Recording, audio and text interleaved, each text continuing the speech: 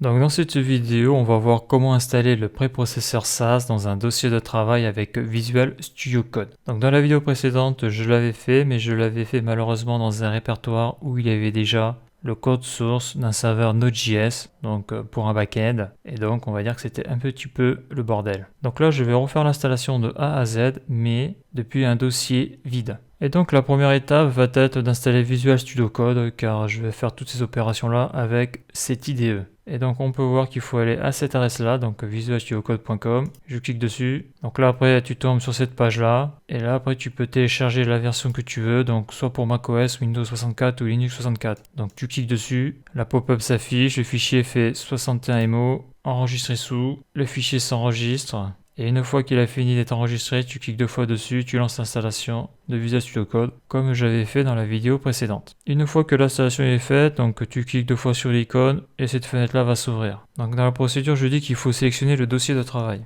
Donc après, tu crées un dossier de travail sur ton disque dur, là où tu veux, sous C, sous D, c'est pas important, il n'y a pas de souci, donc c'est par rapport à comment tu travailles. Donc moi, je vais faire Open Folder car j'ai déjà créé mon dossier sur mon disque dur. Là, je vais sélectionner le dossier de travail JavaScript 70, sélectionner un dossier. Donc la fenêtre s'ouvre et tu auras ça décrit ici. Donc bien sûr tu peux changer de dossier. Voilà. Donc là on peut voir que le dossier est vierge, il n'y a rien du tout à l'intérieur. Donc après je vais à l'étape 2, ouvrir le terminal. Le terminal est ici. Donc aussi un petit conseil quand tu installes Visual Studio Code, il faut le laisser en langue originale, c'est-à-dire en anglais. Car il y a beaucoup de termes techniques comme c'est de l'anglais, il vaut mieux avoir un IDE en langue anglaise. Donc terminal, je fais sur New Terminal, le terminal s'affiche. Donc on peut voir qu'au niveau du terminal, on a le shell PowerShell. Donc j'ai expliqué dans la vidéo précédente ce que c'était le shell. Donc ça c'est pas bon, il faut installer le shell bash. Donc l'étape numéro 3, installer le terminal bash. Donc c'est le shell. Donc là il faut installer git.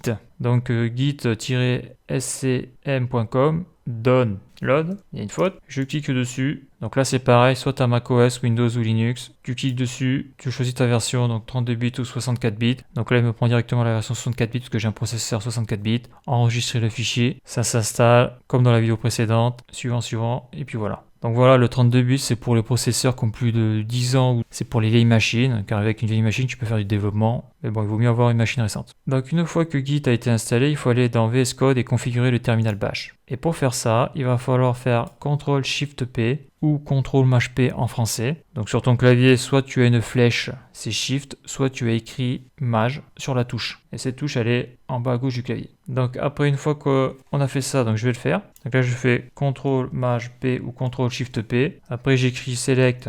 Donc là, j'ai Select Default Shell que je sélectionne. Et après, je choisis, donc comme j'ai Git qui est installé, je choisis Git Bash. Là, j'ai PowerShell, j'ai Git Bash, je choisis ça. Donc ça, c'est bon. Et choisir Git Bash, après, je ne l'ai pas marqué, mais il faut le faire. Je vais le marquer, il faut redémarrer VS Code, sinon ça ne marche pas. Parce que là, on peut voir que j'ai toujours PowerShell. Je le ferme et je le redémarre. Je rechoisis mon folder.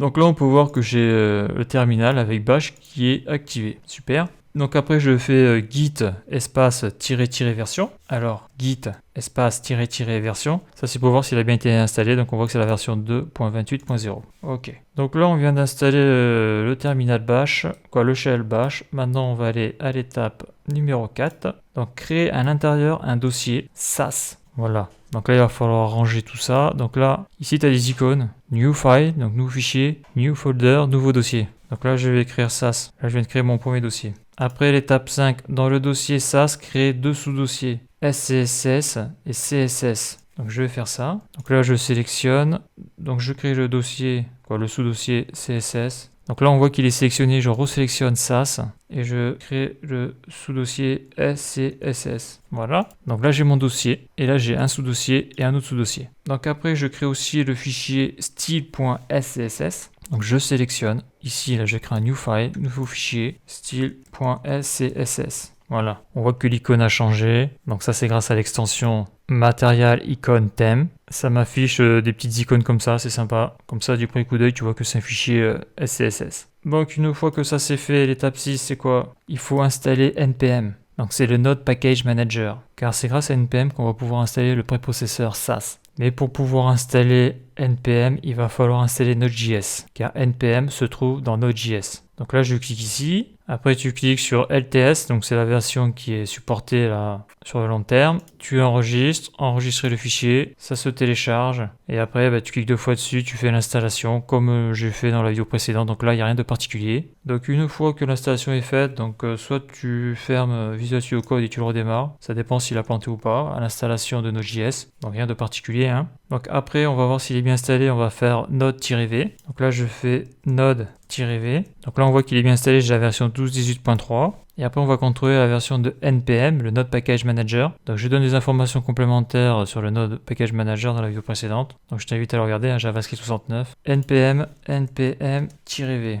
Donc là, j'ai la version 6.14.6. Donc tout est bien installé. Donc maintenant, qu'est-ce qu'il faut faire? On se place à la racine du dossier de travail et on va créer le fichier package.json en faisant npm init. Donc le fichier package.json, très important. Donc là, je vais mettre ici. Là, je sélectionne mon dossier SAS. Là, je sélectionne mon sous-dossier CSS. Donc là, attention, parce que quand je vais taper ma commande, là, je me mets ici. Donc ça, c'est pour pas sélectionner un dossier, mais c'est surtout là que ça se fait, tu vois. Là, je suis donc sous JavaScript 70.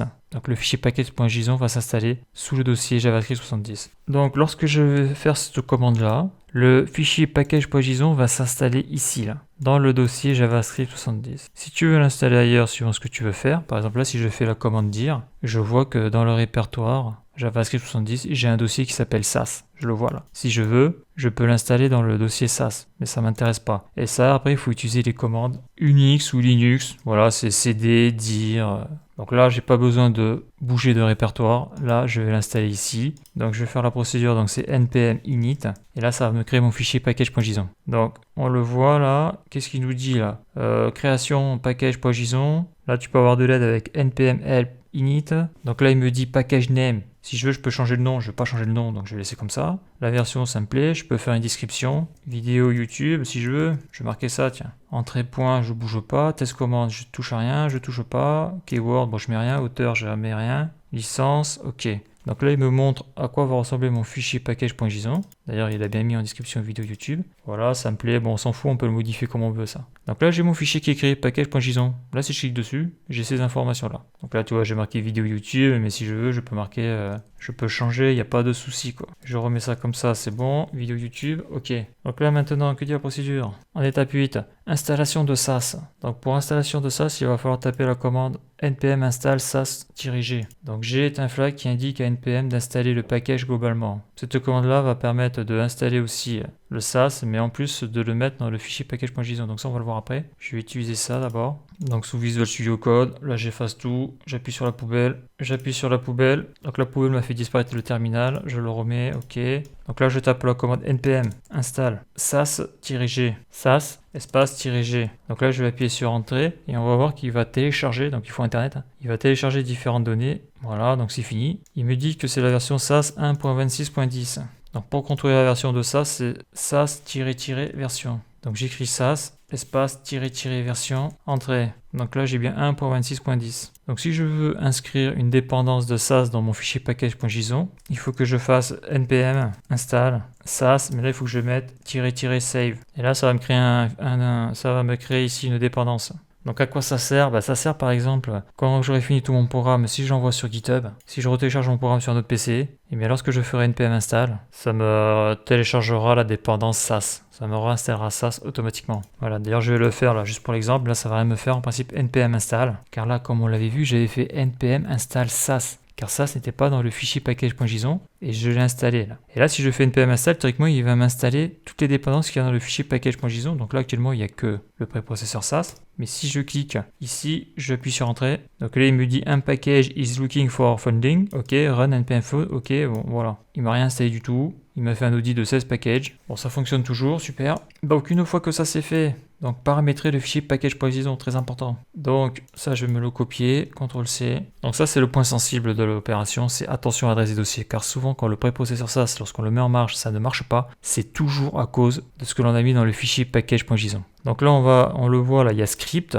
il y a test. Donc le test on peut le supprimer, il sert à rien. Quoi, il sert à rien, je sais pas à quoi il sert, mais on peut le laisser. Mais il faut mettre une virgule ici. Donc je vais le laisser pour la vidéo. Donc voilà, donc là je vais expliquer cette ligne là. Donc là, va falloir que le package.json exécute le script SAS. Donc là, j'ai fait un zoom sur cette ligne-là. Donc une fois que j'ai mis cette ligne dans le script, on peut voir que là, j'ai double quote, SASS, double quote, et là 2 points. Donc après, je réouvre le double quote, donc les guillemets, je marque SASS, espace, et là, je mets -watch. Donc ça veut dire quoi? Ça veut dire que le dossier que je vais mettre ici, là, il va être en permanence surveillé. Donc surveillé, ça veut dire quoi? Ça veut dire que ici, là, quand je taperai du code, lorsque je ferai CTRL S, donc lorsque j'enregistrerai, le script s'exécutera et convertira le SCSS en CSS. Il y aura une compilation automatique. C'est ça que ça veut dire. Le -watch. Donc après ici, je mets /, donc ça c'est pour le chemin relatif. Donc là j'ai mon dossier SASS, donc ça c'est mon dossier SASS. J'ai mis mon sous-dossier SCSS, donc le sous-dossier c'est SCSS. Et le fichier que je vais contrôler, que je vais surveiller, c'est style.scss. Donc c'est bien celui-là. Donc là je me suis pas trompé. L'adresse qui est rentrée correspond au fichier ici là où je vais mettre mon code SCSS. Après ici je mets 2 points. Et donc là je vais mettre l'adresse où le fichier va être compilé. Donc je veux qu'il soit compilé ici, donc dans le dossier toujours SAS, SASS, mais dans le sous-dossier CSS, donc là j'ai bien écrit CSS, et celui qui va le créer, je veux qu'il le mette dans un fichier style.css. Et c'est ce fichier-là qui va être créé là, que je vais rattacher à mon fichier index.html. Donc une fois que ça c'est fait, donc il faut faire CTRL S pour enregistrer les modifications. Voilà, donc souvent quand ça plante, comme j'ai dit, il faut aller voir de ce côté-là. C'est l'adresse qui est pas bonne. Donc après je vais à l'étape suivante, mettre en fonction le SAS. Donc pour mettre en fonction le SAS, il faut faire npm run SAS. Ça lance SAS et ça crée 2 fichiers dans le dossier CSS, style.css et style.css.map. Donc je vais faire npm run SAS. Entrée. Donc là on voit que déjà il y a du vert, donc ça n'a pas planté. Donc là on peut voir l'adresse que j'ai mis là dans le script là. Donc on peut voir que ici là dans CSS il a créé bien 2 fichiers style.css et style.css.map. À noter que si je clique là Open File Editor, je vais directement dans le dossier. Et ici c'est pareil, si je mets la souris au-dessus et si je clique sur CTRL, j'accède directement dans le dossier, dans le fichier. Donc c'est hyper important là, cette adresse là, c'est souvent là où ça merde, faut le savoir. Donc là on voit que le package.json il n'a pas bougé, ok. Donc est-ce que je marque sur ma procédure? Oui, donc pour arrêter le préprocesseur SAS. Donc si on veut l'arrêter, parce que là on voit que je peux plus écrire. Donc si je veux écrire quelque chose sur le terminal, il faut que je crée un nouveau terminal en cliquant sur plus. D'accord? Là je peux écrire des trucs. Si je reviens sur le terminal d'avant, donc là il est occupé celui-là. Et si je fais CTRL-C, j'arrête le préprocesseur SAS. Donc je vais le remettre en marche.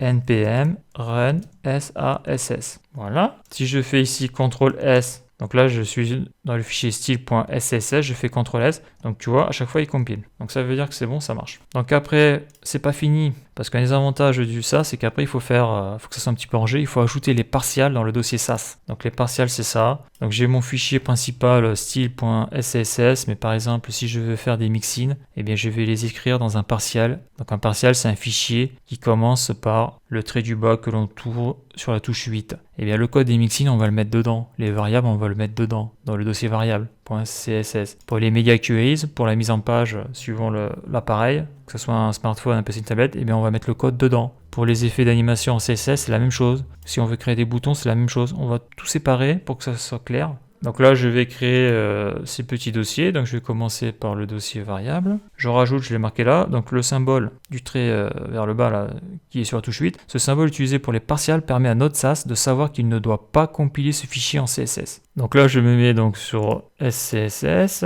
Là, je fais nouveau fichier. Et là, je vais donc touche 8. Donc la touche 8, c'est celle qui est en haut du clavier. C'est pas le clavier numérique. Et là, je vais écrire par exemple variable.scss entrée. Donc là, je continue. Je vais marquer, très important, les mixins. Donc les mixins, c'est du code qu'on écrit à l'intérieur. Mais c'est du code qu'on va réutiliser un peu partout dans le fichier style.scss. C'est du code réutilisable. On l'écrit une fois. Et après, on peut utiliser plusieurs fois. Donc là, je viens d'écrire mes partials. Donc là, je regarde ma procédure. Ok, donc l'étape 12, c'est quoi? Il faut importer les fichiers partials dans style.css. Voilà. Parce que tant que les fichiers ne sont pas liés, eh bien ça ne peut pas marcher. Je vais donner un petit exemple. Donc là, dans mon style.scss, j'ai créé une variable. Donc $header-couleur-h1 red. D'accord. Si je fais ça là je fais un copier-coller d'un code que j'ai déjà fait. Donc voilà le code. On voit que j'utilise l'étoile. Là j'utilise donc l'implication, l'esperluette. Là on voit que j'ai déclaré une variable ici qui va être utilisée ici. Donc si je fais CTRL S,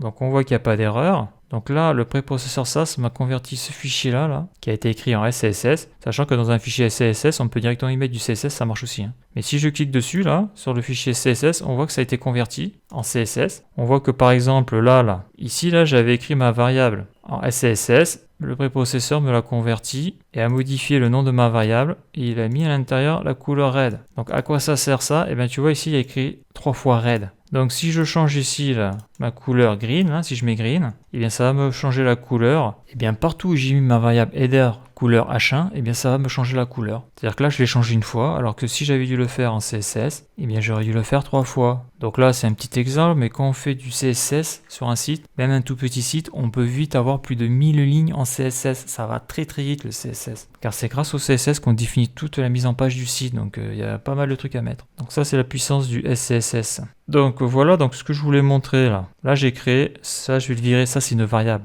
Je fais un CTRL X et je veux le mettre sur mon fichier partial variable SCSS. Je fais CTRL V, je fais CTRL S. Donc le gros intérêt c'est que si je veux accéder à toutes mes variables, eh bien je sais qu'il faut que j'aille ici. Donc le souci c'est que là si je fais un CTRL S sur mon fichier style.css, je vais avoir une erreur de compilation. Donc là on voit qu'il y a du rouge. Le rouge en programmation c'est pas bon. Donc là qu'est-ce que ça me dit? Ça me dit que undefined variable. La variable n'est pas définie et c'est header couleur H1. C'est ça que ça me dit. Donc je l'ai défini ma variable. Elle est dans la partial variable. Le problème, c'est que ce fichier-là n'est pas lié avec ce fichier-là. Donc, il va falloir le lier. Et pour faire ça, il va falloir utiliser l'instruction @import. Donc, @import. Donc, après, je vais marquer double quote. Et après, je vais marquer le nom du fichier. Donc, après, attention, quand je fais ça, là, je fais CTRL S. Et on voit que ça a bien compilé. Je regarde. Ça marche. Donc, attention, quand on fait ça, ça dépend aussi de l'endroit où est le fichier partial. Parce que là, j'aurais pu mettre ces fichiers-là dans un sous-dossier. Il aurait fallu que je fasse ça. Il a fallu que je fasse point, slash, le nouveau folder,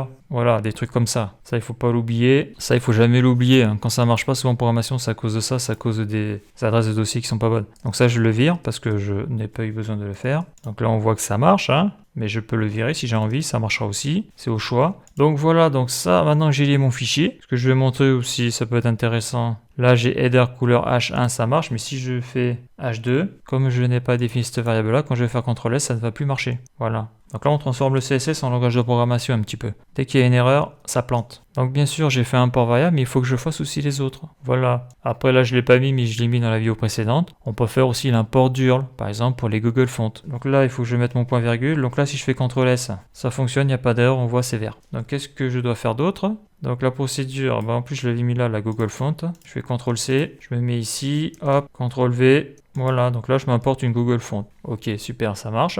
Donc là je regarde la suite de ma procédure. Donc oui, c'est pas fini, oui. Contrôle du bon fonctionnement. Bon, ça je viens de le faire. Hein. On tape le code CSS dans le fichier style.css. Lorsque l'on fait CTRL S, enregistrer, si ça fonctionne bien, on a compile, donc en plus c'est vert, et si ça fonctionne pas, on a erreur et c'est rouge. Donc c'est assez simple à voir si ça marche ou pas. Donc là, quelque chose que je vais rajouter qui est très important, c'est que là on vient de voir donc l'installation de SAS dans un dossier vierge. Donc là ça a été un petit peu long parce que j'explique toutes les étapes, mais après l'installation se fait extrêmement vite. Hein. Donc une fois que ça c'est fait, je peux travailler dans le dossier et faire mon code en SCSS. Sauf que là, bon, une fois qu'on a fait ça, après il faut rajouter quelque chose de très important. Ça va être, eh bien déjà, la première chose à rajouter, c'est le git ignore. Très important. Donc là, je crée un nouveau fichier. Ça commence par un point que je vais marquer git ignore. Donc ça, c'est ultra important. Pourquoi? Parce que quand on fait un programme, au bout d'un moment, on va vouloir le mettre en sauvegarde sur GitHub, en privé ou en public. Donc le problème, c'est que nous, ce qu'on veut sauvegarder, c'est tout notre programme, sauf le dossier, par exemple, ici, Node module. Node module, ça va être toutes les bibliothèques, les librairies pour faire fonctionner le SAS. Mais si on rajoute, par exemple, un serveur Node.js, il va y avoir encore plus de fichiers. Donc dans ce dossier, il y a beaucoup de choses. Mais ce dossier-là, il nous sert strictement à rien sur GitHub parce que lorsque l'on va faire une copie, par exemple, de notre code source qui est sur GitHub pour le mettre sur notre PC, donc toutes les dépendances vont être inscrites dans le fichier package.json. Donc lorsque je ferai npm install, ça va tout m'installer. Voilà, ce que je veux dire, c'est que ça sert à rien de mettre en ligne ce genre de choses, que c'est beaucoup de petits fichiers et à télécharger ou uploader, c'est la misère, suivant la connexion internet. Donc là, dans le git ignore, très important, il faut supprimer, il faut que ce dossier-là ne soit jamais pris en compte dans les sauvegardes, quoi, dans les commits. C'est-à-dire lorsque l'on envoie le fichier sur GitHub. Bon, c'est pas que le commit que l'on voit, mais bon. Ce que je veux dire, c'est que ce que l'on veut sauvegarder sur GitHub doit être utile. Donc ce qui n'est pas utile, comme les nodes modules, il ne faut surtout pas les envoyer sur GitHub. Donc il faut le mettre dans le git ignore. Donc ça c'est fait, donc ça c'est la première chose à faire. Deuxième chose à faire, bon après on peut mettre autre chose, hein, tous les fichiers que l'on ne veut pas voir en ligne. Bon en tout cas on sauvegarde sur GitHub. Donc une fois que ça c'est fait, mais il va falloir que je crée quelque chose de très important, ça va être mon index HTML. Ça, l'index HTML se met toujours à la racine du répertoire. Après, il va falloir peut-être que je crée aussi mon fichier principal que je vais appeler new file, donc main.js. Donc voilà, donc là j'ai mon index HTML. À l'intérieur, je mettrai donc ce qu'il faut pour lier mon fichier index HTML avec mon fichier JavaScript et avec mon fichier qui est ici, style.css. D'ailleurs, je ne l'ai pas dit, mais je vais dire maintenant, là. Si je dois envoyer ce code-là sur GitHub, il faut que je fasse le readme.github.md. Donc le readme, après, tu marques ce que tu veux, là, par rapport à ton programme, c'est-à-dire comment on l'installe, à quoi il sert, ce genre de choses. Donc là, j'ai fait mon index HTML, bien sûr, il va me manquer quelque chose d'important, ça va être, par exemple, un dossier pour mettre mes images. Après, donc, pour mon fichier principal JavaScript, je vais aussi me créer peut-être un folder JavaScript, où je mettrai mes scripts JavaScript à l'intérieur, qui seront rattachés avec le fichier JavaScript principal. Et pour mon index HTML, sur mon site, il y aura peut-être plusieurs pages web. Même c'est sûr, il y aura plusieurs pages web, plusieurs pages HTML, donc il va falloir que je crée un fichier folder, où je vais marquer view. Après, on l'appelle comme on veut, hein. Et dedans, je vais peut-être mettre page 1.html, page 2.html, etc. Donc ça, c'est pour ranger ces fichiers. Voilà, et après, qu'est-ce qu'on peut rajouter?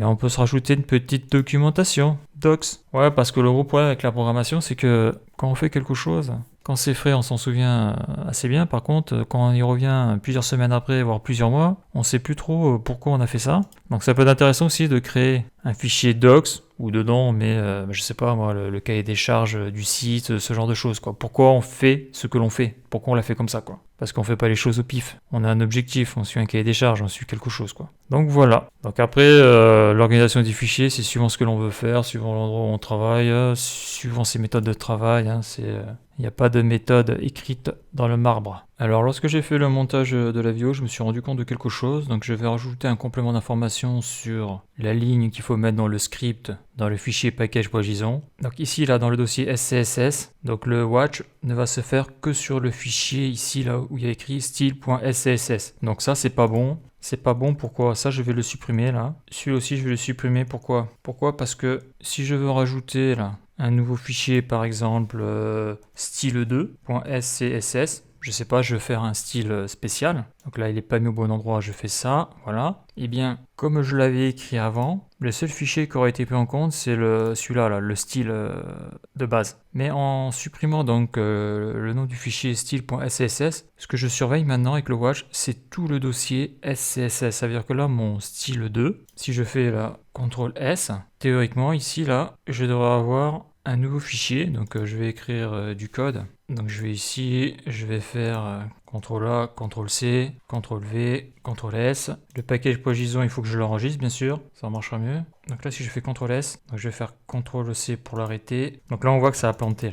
Là, je me mets là, je fais CTRL C, ça marche pas, ça a planté. Donc je vais recréer un terminal, new terminal. Je vais faire npm run sas. Voilà, donc là, ça fonctionne. Donc là, je suis sur style 1, style 2. Donc là, tu vois, là, ça m'a créé ici. Donc j'ai toujours mon fichier style qui est là. Mais ça m'a créé un fichier style 2. Donc je peux créer donc plusieurs fichiers SCSS suivant ce que je veux faire. Et pour que ce fichier soit pris en compte, en tout cas les nouveaux fichiers soient pris en compte, il faut que dans le package.json, il faut juste que je mette donc le dossier et le sous-dossier, mais il faut surtout pas que je précise le nom du fichier, car sinon il n'y aura que ce fichier-là qui sera pris en compte par le compilateur. Voilà, donc c'est ce que je voulais rajouter, c'est important. Donc voilà, dans cette vidéo, on a vu comment on installait le préprocesseur SAS dans un dossier de travail. Donc voilà pour cette vidéo.